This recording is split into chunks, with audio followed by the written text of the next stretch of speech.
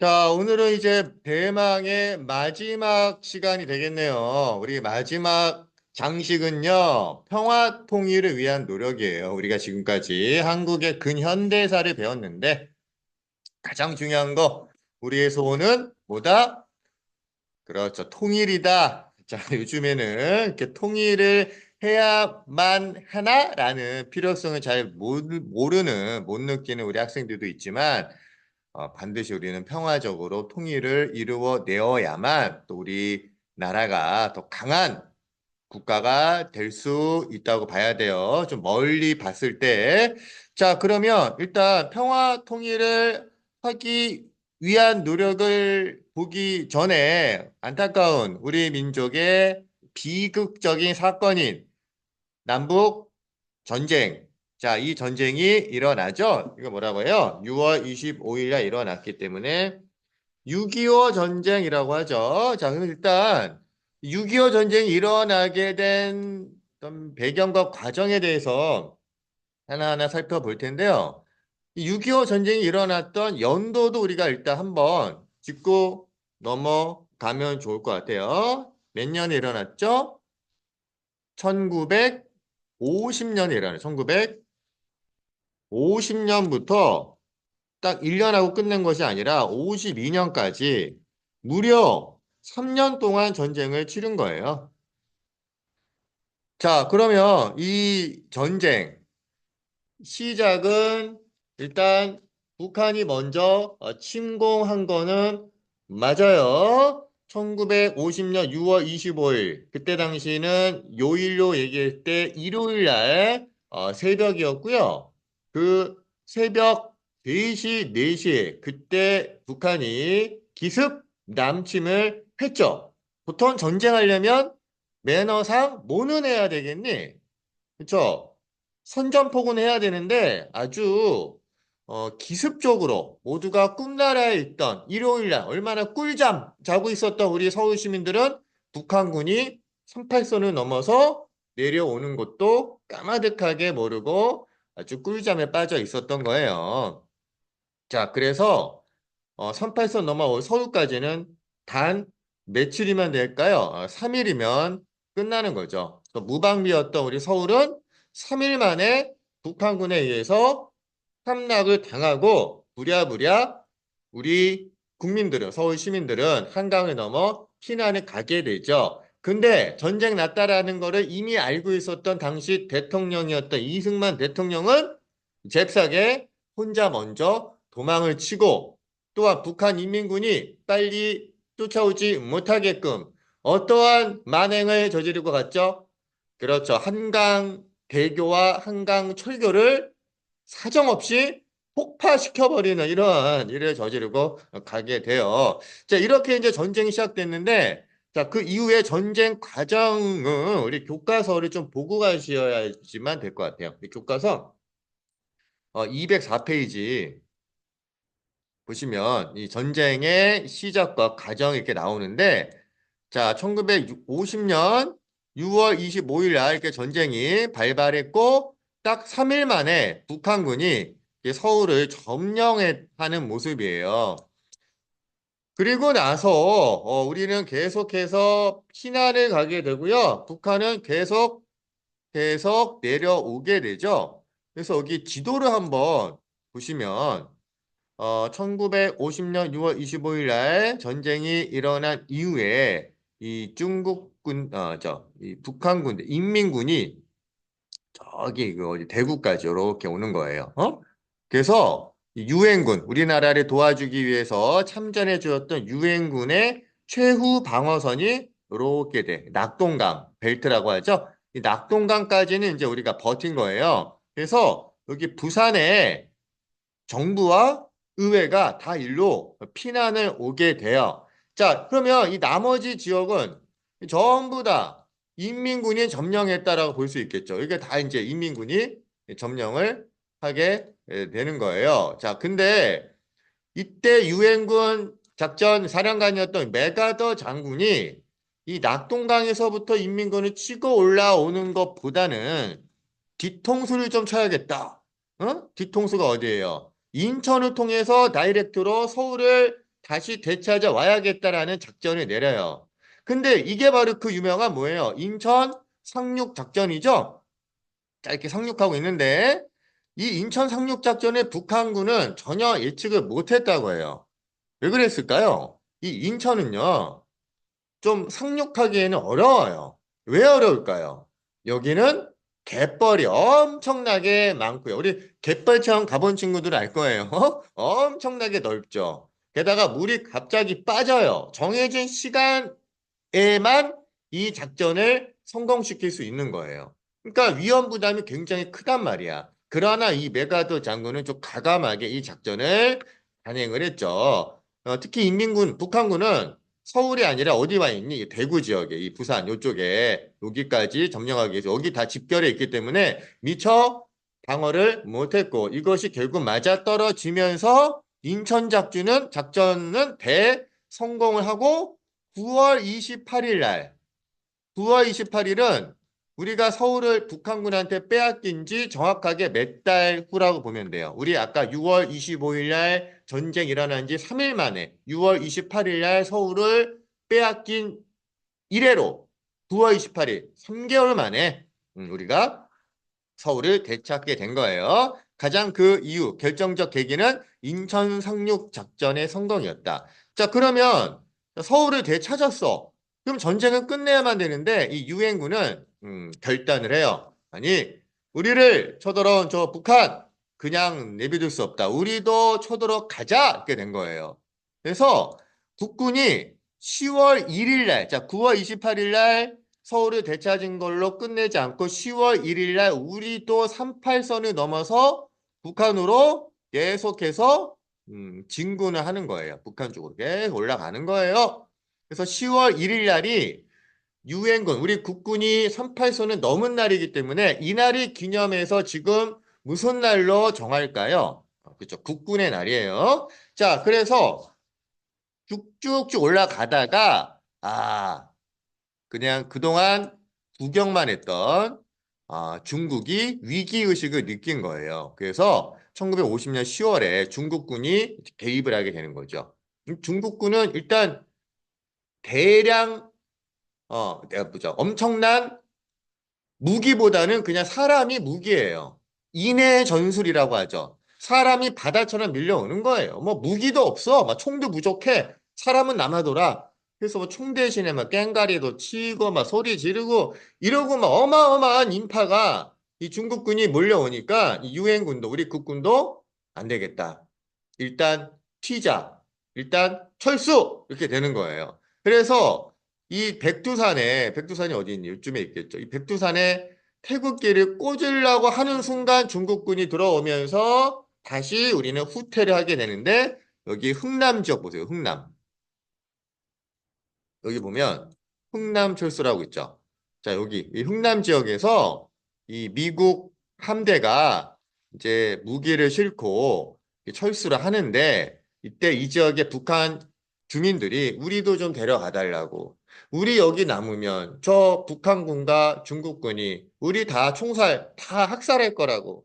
우리 데려가 달라고 했을 때 이때 이제 미국의 이 지휘관이 무기를 버리고 사람을 싣고 흥남에서 같이 북한 주민들을 데리고 철수했죠. 그래서 이 철수한 이 배가 이제 여기 이 부산과 거제도로 이제 많이 와서 이 부산에 정착하고 거주했던 그 흥남 철수한 주민들이 많이 현재까지도 있는 거예요. 그래서 우리 부산하면은 밀면이 유명한데 그 밀면이라 밀가루로 만든 면, 밀면, 뭐 냉면 이런 것들은 주로 북한 사람들이 많이 먹는 거잖아요. 냉면하면 평양냉면, 또 함흥냉면 이런 거 유명하잖아. 또 흥남 밀면 이게 이제 북한이 유명한데 이 북한 주민들이 이때 흥남철수 때 부산에 와서 정착하고 이걸 팔면서 지금 부산에 아주 유명한 음식이 된 거죠. 자, 근데 이렇게 그냥 철수했는데 다시 그 다음으로 넘어갈게요.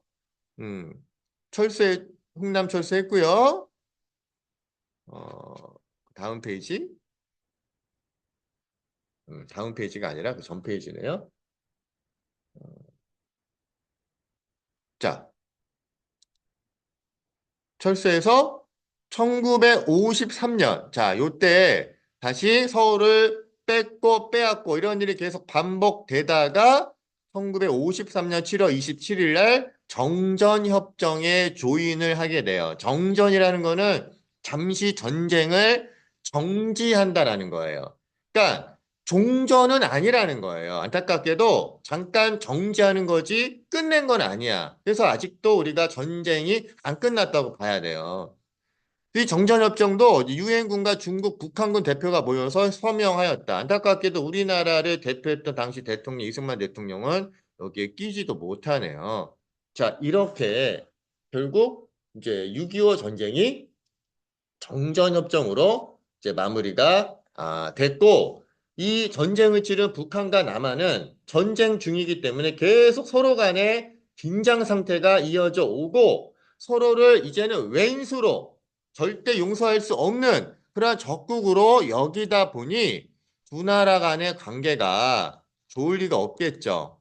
그러나 우리는 어떻게 해야 돼? 같은 민족이고 또 평화 통일을 해 나가야겠죠. 그래서 그 전까지는 이제 무력 통일, 전쟁을 통해서만 통일을 해야겠다라는 생각을 했는데, 자, 드디어 자주 통일, 평화 통일, 민족적 대단결이라는 남북한의 최초 합의를 맺은 성명이 발표가 되어 그걸 7.4 남북 공동성명이라고 하는데, 자, 요거 연도는 1972년이에요. 그러니까 요때 당시에는 전 세계적으로 사회주의 공산주의 진영과 자유주의 자본주의 진영 간의 냉전이 완화되는 분위기였거든. 그런 분위기에 우리도 편승해서 야, 우리도 이제 무력 통일이 아니라 평화 통일하자. 또 우리끼리 통일을 논의하자라는 최초의 어떤 합의를 이루어냈다라는 데 의의를 가질 수 있는 거예요. 자, 이게 바로 72년 남북 공동 성명이고 요 대통령은 박정희 대통령 때예요. 그러니까 박정희 대통령은 반공을 되게 중시했잖아. 근데 이때 박정희는 야, 우리 이제 평화 통일할 거야. 북한하고 합의했어. 자, 그러면 평화 통일하려면 우리가 북한보다 경제적으로는 압도적으로 우월해야만 해. 그래야지만 평화 통일할 때 우리의 체제가 우월하기 때문에 쟤네 체제를 흡수할 수 있는 거야. 그러려면 경제가 아주 엄청나게 발전해야 되는데 그러려면 내가 대통령을 계속해야 되는 거야. 막 이런 식으로 가서 72년 7월 4일 성명 발표 이후에 고해 10월 달에 10월 유신헌법을 또 발표하는 거죠. 그러니까 어떻게 보면 유신헌법을 하기 위한 밑밥 차원에서 뭔가 분위기 조성 차원에서 명분 차원에서 한 것이 아니냐라는 그러한 뭔가 좀 의심도 할 만한 거라고 볼 수 있어요. 자, 그러면 요거에 대한 자료를 우리 교과서 206페이지 한번 보고 가실게요. 자, 206페이지 보시면 7.4 남북 공동 성명이 이렇게 이제 자료가 이렇게 나와 있네요. 자, 1970년대, 72년에 이루어졌고요. 이 세 가지에 대한 합의를 한 거예요. 첫 번째는 자주적으로 통일하자. 두 번째는 이게 제일 중요하죠. 평화적으로 하자. 세 번째, 이런 거 다 떠나서 단결을 도모하자라는. 자, 요것을 북한과 남한에서 각각 발표해요. 자, 그러면 당연히 이때부터는 이제 남북한의 관계가 조금씩 좋아지겠죠. 자, 그러다가 1991년 또 한 번의 합의를 이루어내요. 자, 이걸 이름하여 남북 기본 합의서라고 이야기하는 거야. 남북 기본 합의서. 아까 7.4 남북 공동성명 때 합의했어. 근데 합의 내용이 너무 간단해. 자주, 평화, 단결. 자, 이거 너무 이제 틀이 크니까 우리 좀 더 기본적인 거를 하나씩 좀 합의해 볼까? 그래서 남북 기본 합의서를 하는데 요 아저씨 누구예요? 요 아저씨. 노태우예요. 노태우. 자, 그래서 이 노태우 대통령 때 다시 한번 남북 기본 합의서를 추진했는데 자, 여기서 이런 얘기예요. 서로 상대방 체제를 인정하고 존중하자. 그동안은 우리가 평화 통일을 하더라도 공산주의 체제를 완전히 박멸해야지만 통일할 수 있다라는 생각했을 거 아니야. 걔네도 마찬가지고 우리의 자본주의를 엄청 비난했을 거 아니에요. 근데 이제는 서로 체제 인정, 존중하자라는 합의를, 이런 기본 사항에 대한 합의를 이룬 거예요. 그리고 이제 무력 사용하지 말자, 무력 침략하지 말자, 이런 아주 기본적인 합의를 91년도 노태우 때 했던 걸 남북 기본 합의서라고 하고요. 그 다음에 드디어 세 번째 합의를 이뤄내는데, 이번에는 자 보세요. 김정일과 김대중 양국 간의 정상급들이 직접 만나요. 어디서 만났죠? 평양에서 만난 거예요. 이게 2000년 6월 15일 날 했던 6.15 남북 공동선언인데, 자, 6.15 남북 공동선언은 좀 더 통일에 대한 구체적인 논의를 하게 돼요. 자, 우리가 통일을 하면 어떻게 할 것인가? 쟤네들은 사회주의, 공산주의, 우리 자본주의인데 어떻게 할 것인가? 자, 이런 식으로 하자라고 제안을 해요. 자, 통일하려면 남측의 연합 제안과 북측의 낮은 단계 연방 제안이 공통성이 있으니까 이 방향에서 통일을 지향하자. 우리 여러분들 연합제라는 거는 우리 그 유럽 연합이라고 있죠. 국가는 그대로 있는데 뭔가 경제 교류, 정치 교류, 문화 교류 하자는 거예요. 또 연방제 같은 경우에는 우리 미국 같은 나라 생각하면 돼. 북한은 낮은 단계 연방제.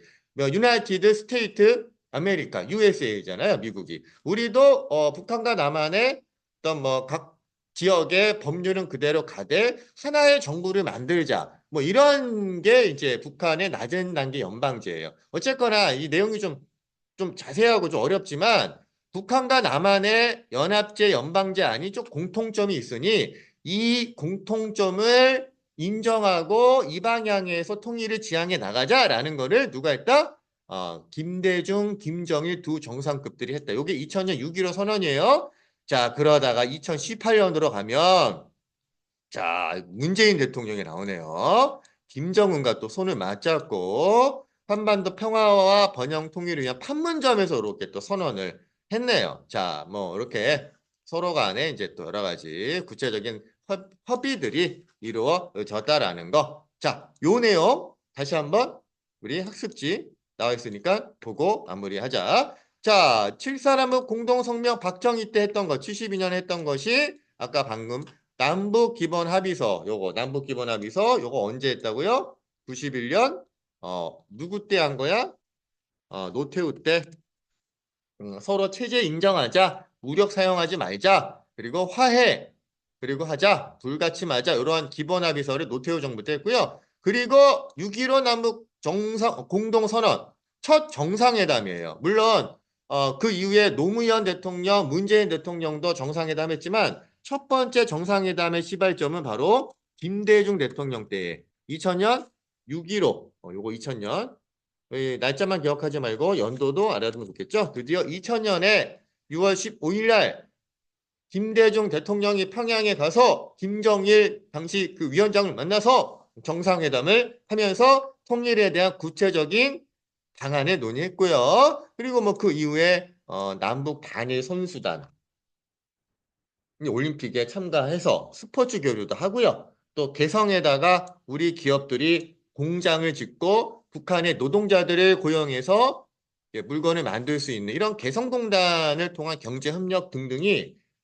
이때 이제 이루어지는데 그와 관련된 자료 또 교과서 207페이지 보고 마무리할게요. 자, 우리 경제교류 여기 보시면 여기 보자. 98년에 현대그룹의 창업자였던 이 정주영 회장이 고향이 북한이에요. 그래서 북한에 이제 소떼를 이끌고 이제 방북을 이제 했네요. 그 다음에 개성공단, 개성에다가 우리 기업의 공장을 만들어서 물건을 생산했죠. 선생님이 옛날에 보면 메이드 인 북한 제품이 우리나라에서도 이제 판매가 됐었어요. 만든 거는 북한이니까 우리 기업이 만든 거지만 그래서 이렇게 개성공단 사업으로 경제교류도 있었고요. 또 스포츠 문화 교류 각 국제대회 때 한 팀으로 나간 적도 많이 있었고요. 그리고 이제 이산가족 마지막 이산가족이 2018년이에요. 2018년.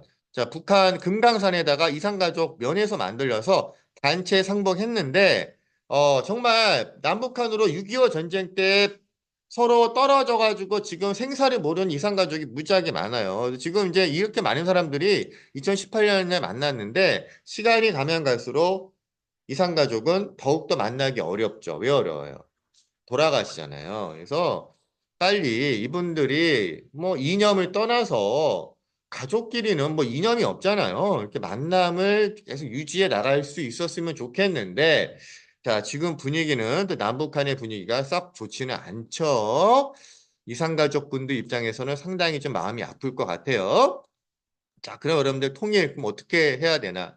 통일이 왜 필요한가? 이러한 이제 설문이 있는데, 자, 우리 당장 통일이 되면 이제 북한하고 좀 여러 가지 문제가 생기고 어려울 거라고 볼 수 있지만 조금 더 멀리 보면 통일에 쓰이는 비용보다 분단 비용이 멀리 보면 적어요. 그러니까 분단되기 때문에 국방비 막 써야 되고 우리 군대 가야 되고 이런 것들이 통일되면 안 되잖아요. 멀리 보면 지금 분단으로 쓸데없이 쓰는 돈보다 통일에 필요한 돈이 훨씬 더 적어요. 멀리 보면 통일은 우리나라의 대박. 우리나라도 미국과 어깨를 겨룰 수 있는 그러한 국가로 성장할 수 있는 계기가 분명히 될 거예요. 자, 그리고 선생님이 이제 여기서 끝나기 전에 교과서 202페이지 보면 각 정부별 정리해 놓은 정책들이 있거든. 요거 하나 하고 마무리할게요. 자, 202페이지 교과서 보시면요. 어, 노태우 정부 때부터 자, 여기 노태우 정부 202페이지 그리고 지금 문재인 정부까지 자, 어떤 정책들을 각 정부별로 했는지 그런 내용 잠깐 몇 가지 볼게요. 자, 노태우는 서울올림픽, 88 올림픽을 개최했고 북방 외교에 힘썼다. 북방이라는 거는 북쪽에 있는 북한, 또 그 위쪽에 중국, 또 그 위쪽에 러시아, 소련 다 공산권 국가들인데 그런 공산권 국가들과 우리가 외교를 하겠다라는 이러한 정책을 북방 외교라고 해요. 그러니까 냉전이 완전히 끝났기 때문에 뭐 이념 때문에 교류를 안 한다는 건 이제는 말이 안 된다. 나 과감하게 그 북쪽에 있는 공산권 국가들에게 손을 내밀겠다라는 이 정책을 북방 외교라고 하고요. 요걸 노태우가 한 거예요. 또 서울올림픽, 88 올림픽 때도 노태우가 그때 당시 대통령이었고요. 그다음에 이제 김영삼 정부를 보면 오랜만에 대통령이 군인이 아닌 민간인이 됐죠. 그래서 문민정부라고 하는데 이 문민정부답게 지방자치제를 전면 실시했다. 그래서 우리 성남시장 우리가 직접 뽑죠. 경기도지사 뽑죠. 각 지역의 의원, 의회 만들죠. 이거 다 김영삼 때 했고요. 금융실명제. 자, 내가 은행에서 계좌를 만들 때는 내 이름으로 해야만 된다는 거예요.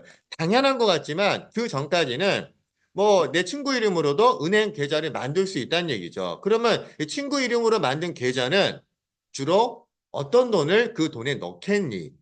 뭔가 비상자금, 비자금 같은 거 많이 만들었겠죠. 그래서 그러한 부정부패를 척결하기 위해서 금융실명제 같은 걸 해서 김영삼이 초기에는 막 지지율이 90%를 넘었지만 막판에 외환위기 IMF 때문에 지지율이 곤두박질 한 자릿수로 떨어지는 그러한 최고와 최악의 지지율을 받았던 대통령이 김영삼이에요. 자, 그 다음에 김대중 정부.